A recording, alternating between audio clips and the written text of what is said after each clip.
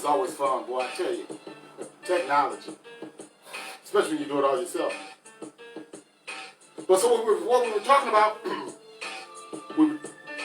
just to kind of recap, we were talking about Harden to the Nets, and I said I'd stay the hell away from that. We're talking about the NBA draft, too. Who would you take? You got 3 consensus picks. Do you take the kid from Georgia who said he don't want to play, he would rather play football? You don't know if you really want to play basketball. Hell no, I ain't taking it. Not number 1. What do you take? LaMelo Ball. And you know what the hell come with that. You know about that, Daddy. We've seen this story before. We know how this ends. I take James Wiseman. I take the 7'1" kid. Can't teach 7'1". I can help a guy develop a jump shot. Dude already jumps out the gym. He blocks shots. He's the best at blocking shots. Plays D. Last time, that's why I always take a good big man over a good small man. I always said that. Give me Wilt Chamberlain over Michael Jordan every day of the week, twice on Sunday. Give me a good big man over a good little man. And until Michael Jordan scores 100 points in the game, I'm really not going to even argue that. We're not going to debate that one. Okay? And then the other thing that people are talking about, Kyler Murray. Steve, is this real? The Cardinals, are they real? And I'm like, No, but Steve, are they real? I'm like Keyshawn Johnson. It's cute. It's cute. But reality, see, when I break down games and I look at games and I look at football, I look at it with this. And I don't look at it with this. I look at it with this. And when I look at it with this, what I see is a team that had two near misses. That thing on Sunday, if the defensive backs for the Buffalo Bills would just adhere to the rule Coach Zentek used to scream all the time, knock it down. You knock the damn ball down. What do? You try to pad your stats by getting interceptions late in the game. So Tre'Davious White jumps out and knocks Poirier the hell out the way. And then we go back to the Seattle Seahawks game earlier in the year on a questionable unnecessary roughness, illegal hands to the face, that gave them a first down when they were on the bricks of losing that game. So you lose them 2 games, and they lost 5 games, and they're 4-5. And are we still talking about the same Cardinals the way we're talking about them right now? Are we talking about them right now? I beg to differ. But I will give you the power rankings here in a minute. I'll give you the real power rankings and tell you. I'm going to take I've got some of your emails. I've got text messages. I'm going to take all of that. I'll answer your questions. And here's the main one I got. It says, Steve, Pittsburgh Steelers, they're unbeaten. When are they going to lose? Are they going to lose? Are they that good? Yeah, they're that good. Hell yeah. Let's look at the Pittsburgh Steelers. You remember last year, I was the guy who was saying Mike Tomlin should probably be coach of the year. I mean, he was winning games with a guy named Doug, for crying out loud. And Mason Rudolph, and don't get me started on that. Mason Rudolph, we're talking about the same Mason Rudolph. Yeah. Something had to be said, because me in my heart of hearts, I believe he said something to Myles Garrett, because we have not seen that kind of action from Myles Garrett since then. Nothing close to it. And I know as a man, as an African-American man, what'll set me off, and one thing will set me off, that send me in that, you talk about my family, oh, you give me that, drop that word, you drop that epithet and see what happens. So when we're looking at the Pittsburgh Steelers, and we're looking at how well coached they were last year, and how close to the playoffs they were last year, they were right there last year with a guy named Doug. So now they get their leader back. And then they add a playmaker or 2. And those close games that they were losing last year, because they were in every game, by the way, last year. Wasn't nobody lining up, just blowing out the Pittsburgh Steelers. They're winning these games this year. close games. They're winning them. Nobody gives a damn how ugly it is at the end of the year when you count them up. Do you go back and think, yeah, but in week 7, no, it was a dub in week 7. It's a dub. So, when the Pittsburgh Steelers lose, won't be Sunday. That's for sure. They'll be 10-0. And then we're going to have a problem. Because then they play on a short week against the Baltimore Ravens, a team that, quite frankly, pushed the Steelers around like a shopping cart for 3 hours, but the Steelers made the damn plays to win the game. And still Lamar had a chance to win the game at the end. So, the Pittsburgh Steelers lose their first game Thanksgiving Day. They ain't going to lose many of them, but they will lose that one. Then I got my brother, Bruce Nichols, who dialed into the show, and I appreciate you. I appreciate all of your support, all of my listeners. And, but Bruce, you definitely stick with me. You said, what the hell is wrong with my Vikings? And, bro, I'm going to tell you, they got footing. When they figure out and remember their identity, the chef, Dalvin Cook, you got to let him cook. The problem with the team is your quarterback. And let's just replay this. See, Teddy Bridgewater, Teddy Two Gloves, now is residing in Carolina. He's a starter for the Carolina Panthers. Doing pretty good. But see, sometimes when you shop for used cars, you want a car with low miles. You might have to get the fender fixed. But the Minnesota Vikings, you wanted to drive now. And you saw this car that was ready now. It had high miles, but it drove good for Mr. Johnson. And you don't know the problems that Mr. Johnson had. You just saw Mr. Johnson every day driving that car. That car is called Kirk Cousins. Yeah, I saw them on Washington Redskins just driving that car. Now you found out that car needed a lot of work. See, when you had a car, all you had to do was fix the fender. I'm talking about Teddy Two Gloves, because he looked pretty good right now. Now imagine where the Minnesota Vikings would be today if they had Teddy Two Gloves. I'll wait. Just imagine. Because Teddy Two Gloves understands his identity. He knows his strengths, and most importantly, he knows his weaknesses. Kirk's second cousin, sometimes his first cousin, sometimes his second cousin, sometimes his third cousin. Hey, we don't know what we're going to get out of Kirk Cousins. Never know what we're going to get out of Kirk Cousins. The uncertainty. And that's why you're behind the 8 ball now. You're digging out of it. But time running out. You ain't at 500 yet. So what's wrong with the Vikings? It's the quarterback and your identity crisis. You got to buy a car, man, with less miles, man. You buy a car with less miles.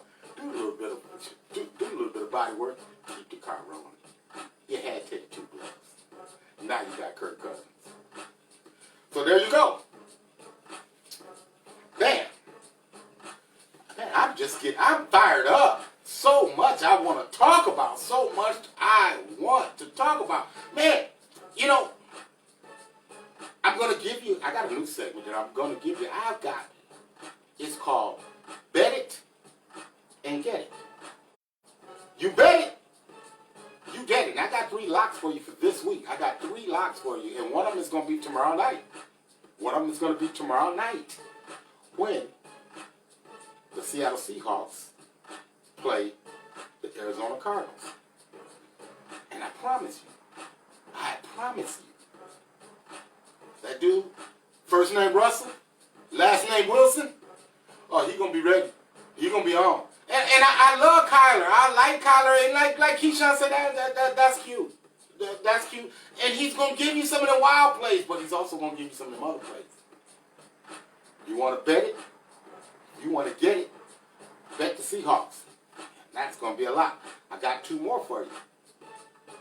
I'm going to tell you the big game on Sunday night. first I'm going to get to Monday night. I'm getting ahead of myself. The Monday night game, the Tampa Bay Buccaneers against the LA Rams. Tampa Bay is like a 4.5 point underdog. I mean, favorite. A 4.5 point favorite. Man, you don't think I'm going to take them 4.5? With the best defense in the NFC? After what you saw Jalen Ramsey do to DK Metcalf? And then the dude that we ain't even talking about is D. Williams. Demarius Williams. D. Will locking people up. We're not giving out any get out of jail free cards. No. You're locked down, buddy, for the duration. And we ain't even talked about Aaron Donald. Aaron Donald didn't make many tackles, but he sure freed it up for a guy named Leonard Floyd. Listen to this. Leonard Floyd played 32 games with the Chicago Bears. Leonard Floyd had 7 sacks in 32 games. Leonard Floyd has played 9 games with the Los Angeles Rams. Leonard Floyd has just as many sacks. Oh, those are the benefits of playing with Aaron Donald. The same one that won Dante Fowler again last year when he got 11.5 sacks on the season. And he's got a half a sack this year. See, you ain't got Aaron Donald eating up those blocks. But that's the lock for you for Monday. Oh, man. So much to talk about, man. So much to talk about.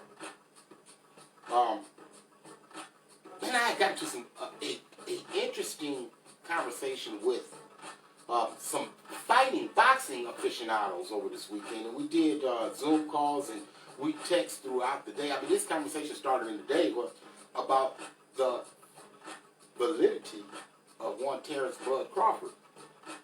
And people that's been following me, my followers know that I've had him pound for pound. You know, some things that I'm just, when I tell you these things, I don't say this just to be saying it, that I have to retract it later. I said Bud Crawford was pound for pound the best fighter in the world. I also said that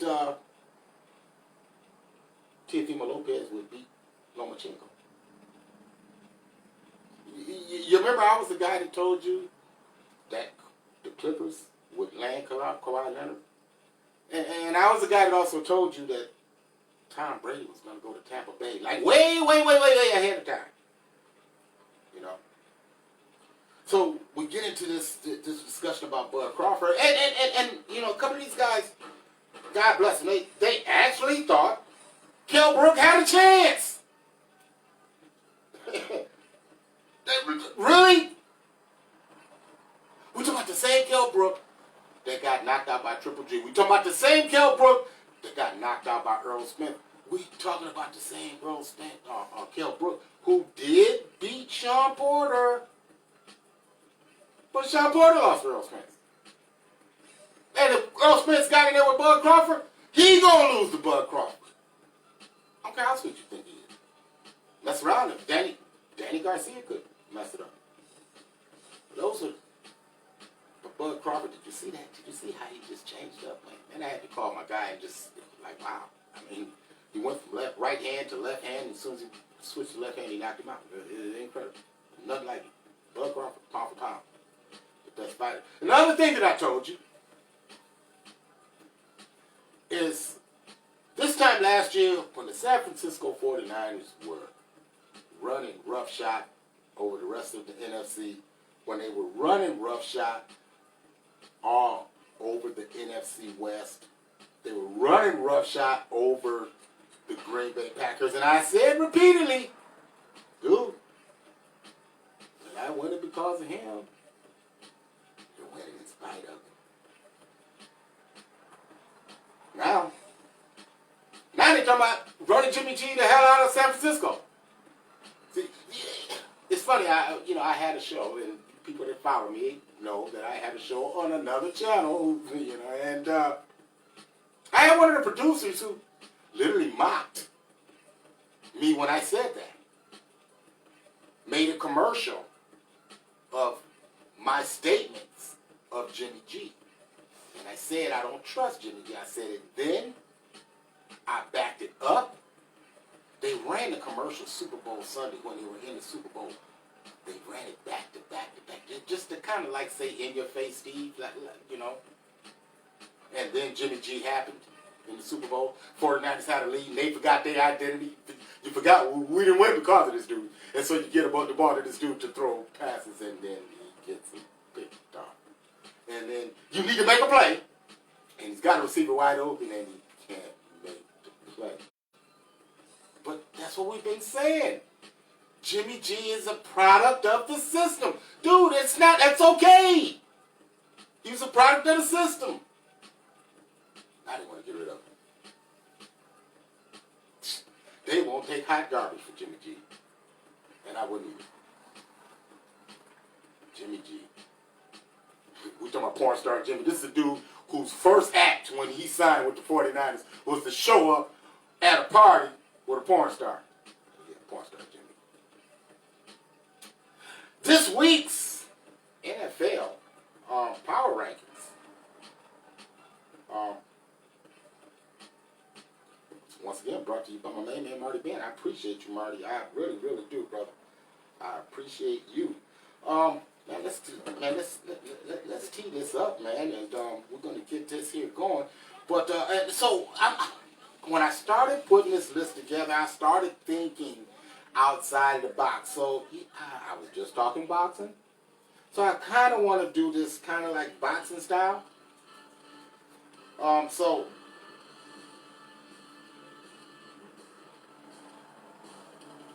with that said, the Kansas City Chiefs would be considered your champions.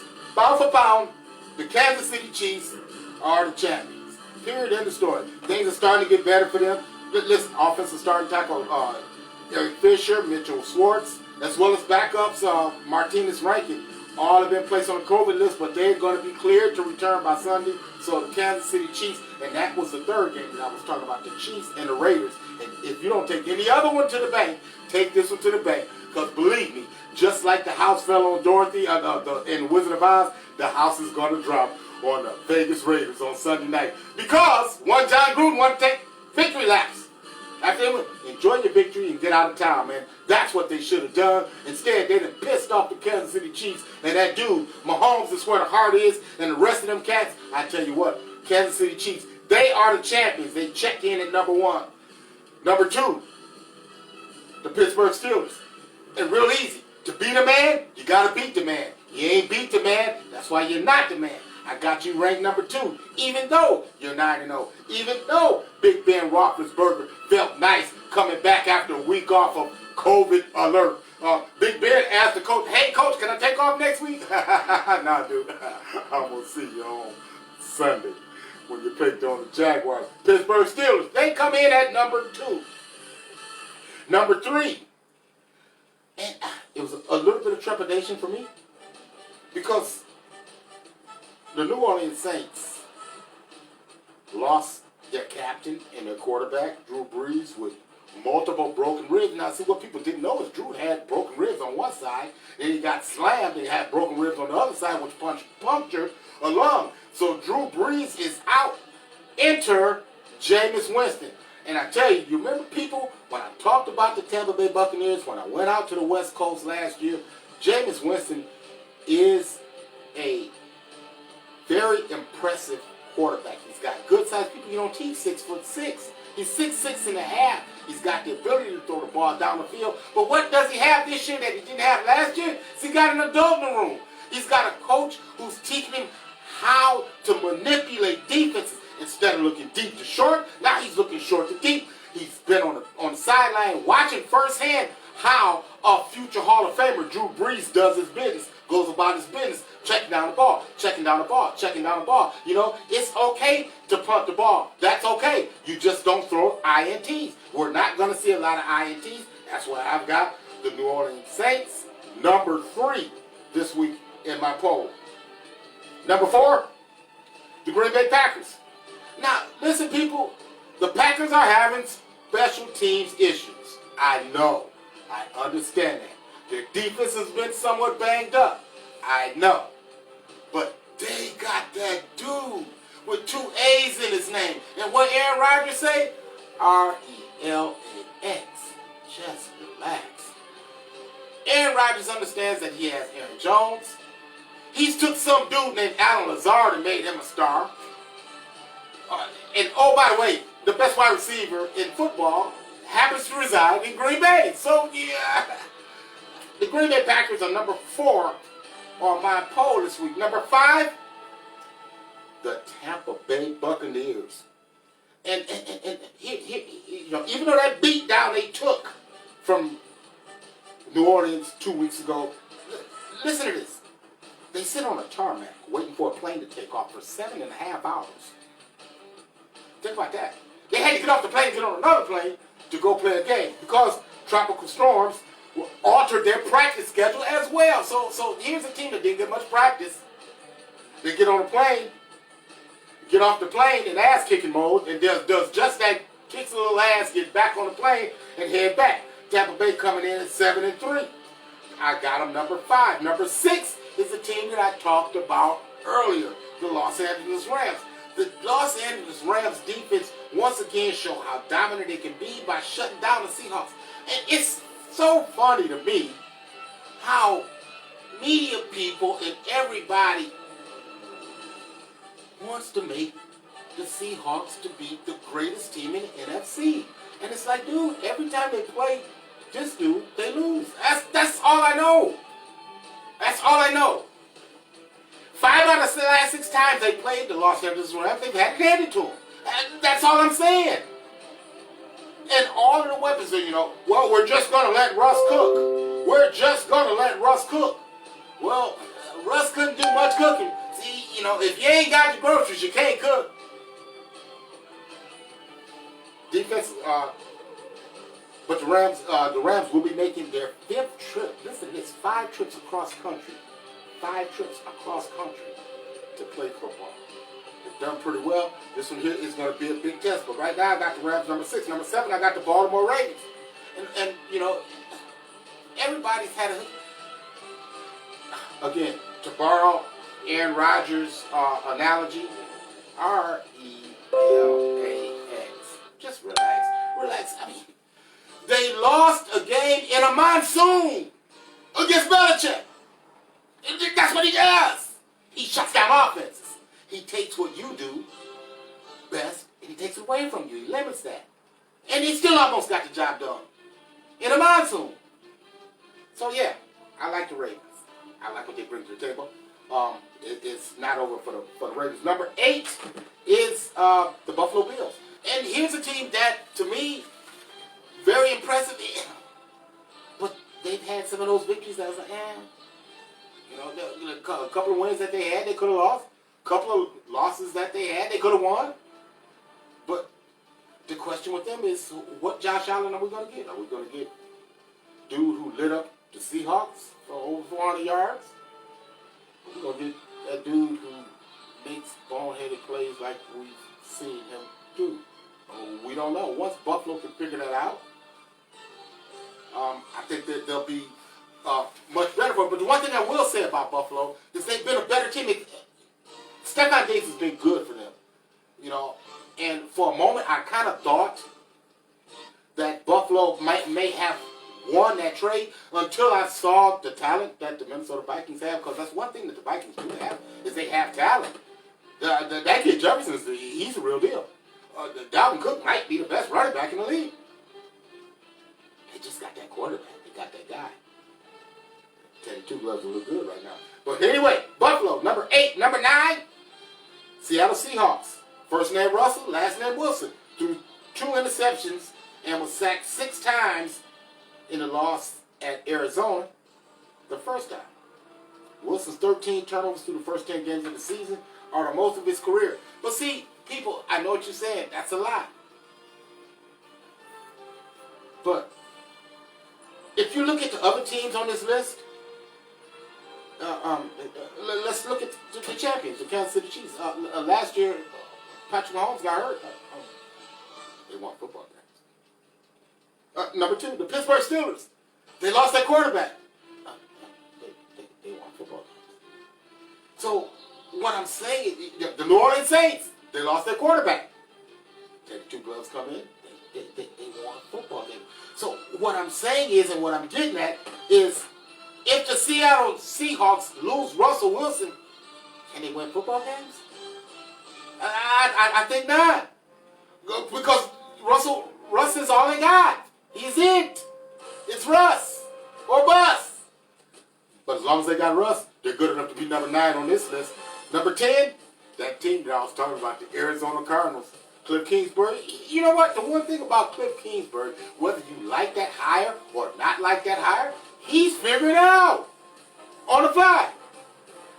You know, I mean, we talked about this team 2 years ago when they brought in Steve Wilm, a new head coach, and fired him after the season. We said they were out their mind. When they drafted Josh Rosen in the first round, moved up to draft him. And then they got rid of him. We said, man, that's boneheaded. But they go get Cliff Kingsbury. He goes gets Kyler Murray. I mean, I guess